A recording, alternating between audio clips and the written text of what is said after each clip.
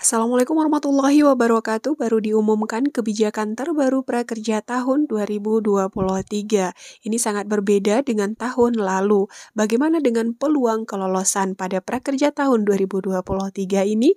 Dalam video kali ini akan kami jabarkan untuk semua. Jadi, simak dan tonton videonya sampai habis, jangan di-skip agar tidak ada informasi yang terlewatkan. Dan sebelum kita jabarkan lebih lanjut, teman-teman jangan lupa untuk di-share video ini ke seluruh media sosial ataupun grup yang dipunya agar banyak yang mengetahui dan terbantu dengan adanya perkembangan informasi program Kartu Prakerja tahun 2023.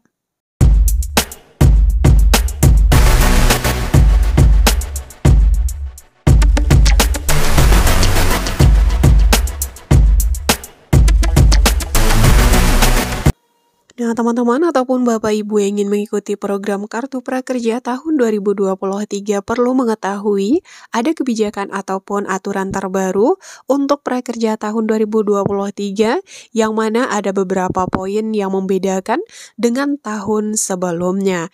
Nah, ini dapat kita lihat dari syarat untuk mengikuti program Kartu Prakerja. Kita mau bandingkan dengan tahun lalu. Nah, jadi pertama kita lihat dulu ya teman-teman ataupun Bapak Ibu. Untuk syarat di tahun lalu, yang pertama tentu warga negara Indonesia berusia 18 tahun ke atas dan tidak ada batas usia maksimal.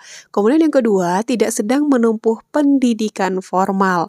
Dan selanjutnya, sedang mencari kerja, pekerja atau buruh yang terkena PHK, atau pekerja atau buruh yang membutuhkan peningkatan kompetensi kerja seperti pekerja atau buruh yang dirumahkan dan pekerja bukan penerima upah termasuk pelaku usaha mikro dan kecil. Sedangkan untuk aturan yang keempat di tahun lalu, bukan penerima bantuan sosial lainnya selama pandemi COVID-19. Dan selanjutnya untuk syarat yang kelima, bukan pejabat negara, kemudian pimpinan dan anggota DPRD ASN prajurit TNI, anggota Polri, kepala desa, dan perangkat desa, serta direksi atau komisaris, dan dewan pengawas pada BUMN, BUMD. Dan selanjutnya untuk syarat yang keenam, maksimal 2 NIK dalam 1 KK yang menjadi penerima kartu prakerja. Nah, sedangkan teman-teman ataupun Bapak Ibu di tahun ini syaratnya ada sedikit perubahan. Tentu ada beberapa poin ya. Yang pertama adalah masih warga negara Indonesia tentunya berusia paling rendah 18 tahun dan paling tinggi 64 tahun. Nah, ini merupakan poin yang sangat membedakan. Kalau di tahun lalu hanya dibatasi usia minimal, sedangkan tidak dibatasi untuk usia maksimal. Di tahun lalu usia yang 80 tahun ataupun 70 tahun masih dapat melakukan pendaftaran prakerja. Namun, di tahun sekarang hanya dibatasi maksimal berusia 64 tahun. Kemudian untuk syarat yang kedua masih sama, tidak sedang menempuh pendidikan formal, artinya tidak sedang sekolah ataupun kuliah. Dan untuk syarat yang ketiga tetap sama ya teman-teman, sedang mencari kerja, pekerja buruh yang terkena PHK atau pekerja atau buruh yang membutuhkan peningkatan kompetensi kerja seperti pekerja atau buruh yang dirumahkan dan pekerja buruh penerima upah termasuk pelaku usaha mikro dan kecil.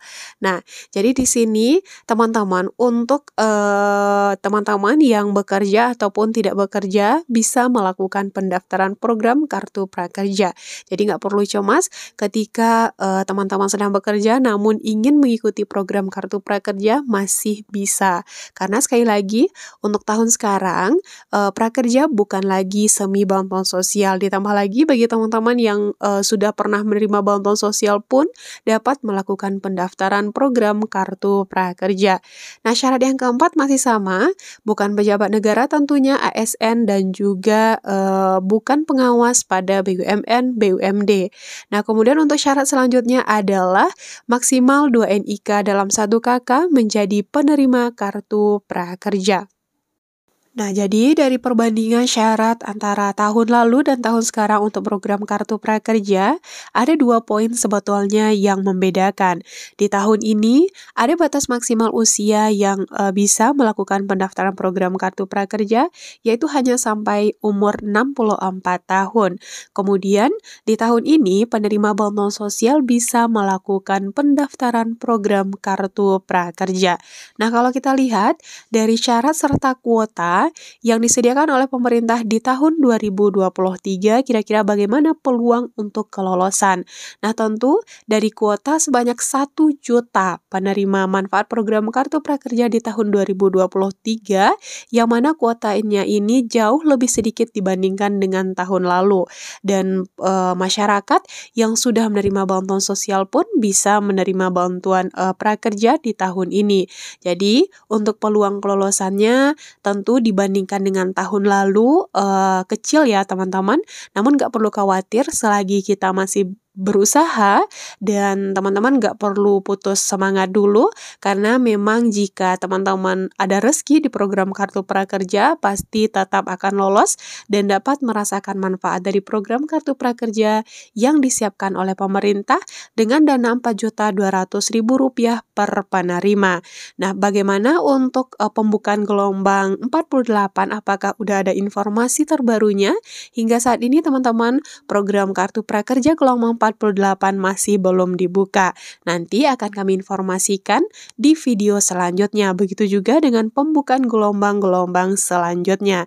Jadi bagi teman-teman yang belum subscribe channel kami, jangan lupa untuk di-subscribe ya. Nyalakan juga lonceng notifikasinya agar tidak ketinggalan updatean seputar informasi program Kartu Prakerja. Sehat dan sukses selalu untuk semuanya dan semoga kita selalu dilimpahkan dengan rezeki yang banyak dan berkah. Saya tutup. Wassalamualaikum warahmatullahi wabarakatuh.